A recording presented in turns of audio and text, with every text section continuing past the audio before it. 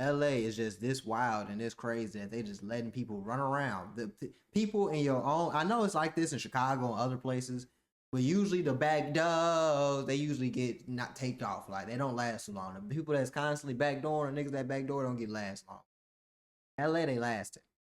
And they got hood fame, high key, low key. The shit is crazy. Like, welcome to Hood War Stories. In this episode, I'll be discussing the life of DeAndre Bonds. DeAndre Bonds was born on March 19th, 1976, in Inglewood, California. He grew up on the east side of South Central.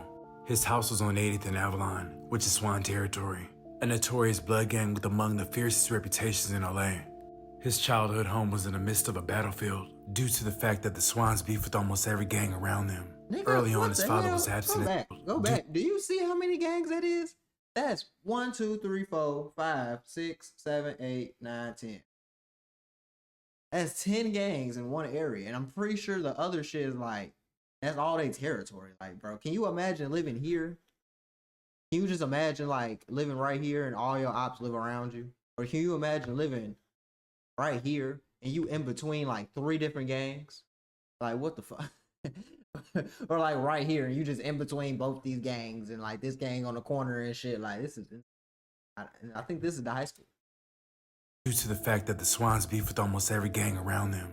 Early on, his father was absent as he battled an alcohol addiction, and his mother was addicted to crack.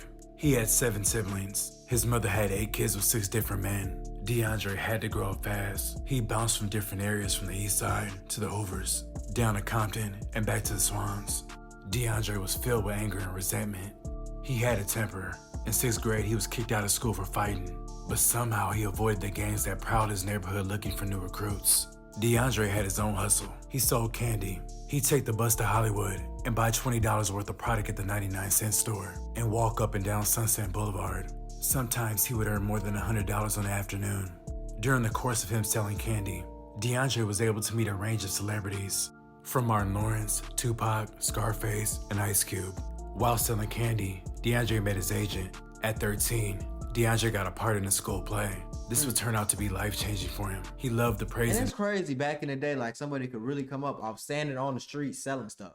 Like you could really come up, like let's say it was 2002, 2003. I got that new 50 Cent. I'm standing downtown selling the, yeah, ooh. And let's say I got a little speaker in the shit playing, ooh, making money. Come on now, you selling little shirts, bootleg. We just heard about Black Sam making 700 racks off the bootleg DVD. 700, 700K, nigga.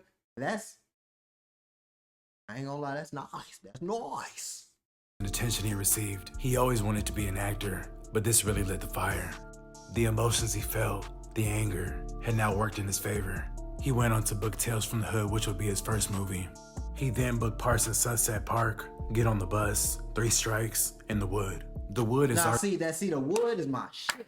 I love that nigga. No Diddy in that movie. He the representation of how it used to be in the movies. Yeah, it was wild, but it had order. It don't got no order nowadays. But I think now I'm looking back at it. Was this shit ever really organized for real? Yeah, no, yeah, something behind. It's just, I don't know, man. But they is bogus for how they did him in 3 Strikes. I think that shit they did in 3 Strikes kind of made him go crazy. Because you ever seen 3 Strikes? He was getting arguably his most recognized movie role as he played the character of Stacy. In the movie, he's the older brother of Alicia and a gang member from Neighborhood Pyro, which is a Black American gang out of Inglewood, California. As the roles and the checks kept coming, DeAndre got cocky and started feeling himself. At the peak of his career, DeAndre was living reckless, blowing money fast. He partied and drank heavily. He was moving dangerous. After one incident, he pled guilty to battery and received probation. In 1999, he would land a role in the movie Lockdown. A few months before shooting, DeAndre would fall victim to gang violence. One afternoon while in front of his uncle's house, a carload of gang members rolled up on DeAndre and began flashing gang signs. They then drove off. A few moments later, they returned. They hopped out of the car and chased DeAndre down while firing from their pistols. DeAndre was shot 3 times, twice in the leg. Another bullet went through his thigh and got stuck in his ass. DeAndre survived his execution and walked out of the hospital the same day. At this point, DeAndre said he was feeling like a straight thug. He compares to feeling like Tupac after he got hit. He even arrived to the lockdown set on crutches. The limp was written into his character. Many consider Lockdown his most well-rounded role, where DeAndre plays a man wrongfully imprisoned for murder. Shot at the New Mexico State Prison where an infamous riot left at least 33 inmates dead, Lockdown left DeAndre drained. He balked at filming a scene where his character was sexually assaulted by his cellmate. He did one take, then went into the other room and cried, feeling he had sold out. See, that type of stuff will make you crazy, bro. Especially when they got you doing roles like that. And I ain't gonna lie, I don't know why they had him doing that so much. I don't know. But them type of roles will break you, especially when you really in the hood and like, yeah, I'm finna go see this movie. Like, can you imagine back in the day, even if this shit is like critically acclaimed, Michael Jackson level of famous, your homies from the hood finna come in this movie and see you get, the Booty Banditos got you. And you acting, so this shit look bad. Cause you acting so good, the scene looks so bad. You feel me? The better you act, the worse it look. But DeAndre bounced back, and he kept booking roles. DeAndre was in the mood to celebrate when he arrived at his aunt's house on September 5th, 2001. A few weeks earlier, he had booked a supporting role in Denzel Washington's Antwone Fisher. He was still riding high when he pulled into his aunt's driveway, blasting Tupac on his stereo. He knocked over a trash can as he parked. His aunt's boyfriend, Anthony, confronted him about it, and a fight erupted.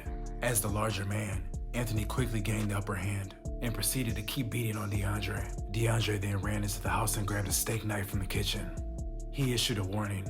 Undeterred, Anthony rushed DeAndre, who then stabbed him once in the chest. Anthony wound up dying in DeAndre's arms. DeAndre was ultimately convicted of manslaughter and sentenced to 11 years in prison. DeAndre served his time at the Iron State Prison in Blythe, California. He would get recognized, and his fellow inmates would frequently challenge him. He would even get pressed for his on-screen roles of him banging certain hoods. But DeAndre rose to the occasion when he was tested and programmed hard to survive that element. He witnessed a lot of people die, and he had his jaw broken at one point. Over the years, the trauma and stress left permanent scars. DeAndre was released on March 29th of 2011. It took time for him to readjust to society. For the first year, he couldn't be around people. Prison life was slow. Yeah, I ain't gonna lie, it's like that for a lot of people when you go back to prison. It's not like you can't be around people. Like, can you imagine fighting every day and you not trying to fight every day, but you just gotta fight every day because this is what's going on. You working out, you getting your job, like you getting beat, like you beating niggas, but you getting beat. Like, this is real politics, real, it's prison. Even if it's not Crippin' Blood, it's a prison. You with the black card, white card, Mexican card, niggas getting poked. Niggas is getting poked. You dig what I'm saying now? So it's crazy though, bro. And plus, he probably getting sent to the hole a lot. He gets sent to the hole is you and God. Ain't no phone, ain't no TV, ain't no internet, ain't no nothing. You got the guard, and he being cool if you cool. Shit be crazy. Sometimes they just be, oh man, you don't want to go to prison. Everything was moving too fast on the outside for him. After his release, DeAndre resumed acting. In 2012, he starred in the police drama film Gangsta Squad. A few years after regaining his career, DeAndre met another incident in 2015. He was rushed to the hospital after suffering injuries on his face and body. Unknown gang members reportedly attacked DeAndre in LA and left him unconscious. DeAndre survived the attack and was able to nurse himself back to health. DeAndre had to do another year of time after he was caught with a knife while walking down the street, which he was using for protection from his enemies. After he was released, he continued rebuilding his public image and eventually landed a role as Scully in the series Snowfall. Scully is the leader of the Crenshaw Mafia Bloods in Inglewood, as the show frequently showed him in what was portrayed as the Bottoms, the infamous apartments that are CMB's Ground Zero. But the filming location for the Bottoms was actually an apartment complex on 2625 Pasadena Ave in Lincoln Heights. In the show, Scully achieved notoriety for being unhinged. He was widely feared and for good reason. Though he was still referred to as the blood whose screws were loose, the narrative began to shift. As the show progressed, Scully revealed that there were layers to him, and he ended up being one of the show's most redeemable characters. DeAndre Bonds deserves his accolades for his versatility on screen, with authentic and humanizing portrayals of black men in inner city landscapes, as well as being a great representation of Los Angeles. I ain't gonna lie though, bro. That's just a testament to what putting your faith in God will do. And Jesus! And also, goddamn, I don't mean to curse after I say God and Jesus, But after this is also just putting your faith into yourself and just never giving up on you, bro. Because a lot of people would have gave up. Like especially after doing 11 years, a lot of people would have broke. Realistically, a lot of people can't sit down and do 11 years. Like especially you coming off a high, you just got popped at. You know, so it's a lot of extracurricular activity going on. You know, it's never really telling what can happen when someone gets after 11 years. You know, but shout out to him, man. I ain't gonna lie, he got some good ass roles. I ain't watched Snowfall, but I seen some clips. Bomb. I also have seen The Wood. Bomb. Seen Gangster Squad. Bomb. I forgot he was even in that. On Grave. He got some roles though. And he in that Dope movie. On Fun him, he in Dope too. He the little security guard. Not little, but he the security guard. On Fun him. Hot shit.